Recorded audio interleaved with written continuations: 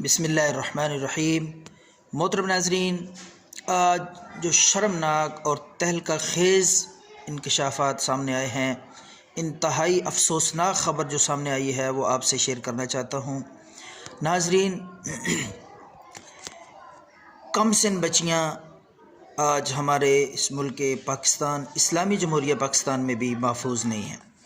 پہلے تو آپ سنتے رہے ہیں کہ کہیں کم سن بچیوں کی لاشوں کو درندے نوچ رہے ہیں، کہیں نو مولود بچوں کو، معصوم بچوں کو، بے گناہ بچوں کو کھیتوں میں، فصلوں میں، جنگلوں میں گرایا جا رہا ہے، پھینکا جا رہا ہے، تو کہیں معصوم ننھے بچوں کی شرمناک ویڈیوز بنا کر ان کو بلیک میل کیا جاتا ہے، ان کی عزتیں اچھالی جاتی ہیں۔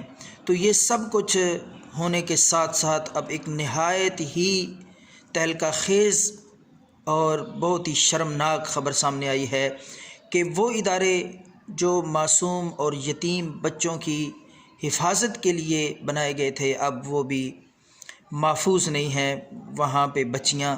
تو ناظرین، انتہائی شرمناک اور تہلکہ خیز یہ خبر سامنے آئی ہے کہ یتیم خانوں میں جو معصوم چھوٹی بچیاں ہیں، ننھی کلیاں، جن کی عمر 16 سے 18 سال تک ہے، ان کو مجبور کیا جاتا ہے بااثر لوگوں کے ساتھ شادیاں رچانے کے لیے۔ اب وہ بھی ناظرین محفوظ نہیں ہیں۔ انتہائی شرمناک اور افسوسناک بات ہے کہ ہمارے اس ملک پاکستان، اسلامی جمہوریہ پاکستان، اس میں ان کی عزتیں غیر محفوظ ہیں۔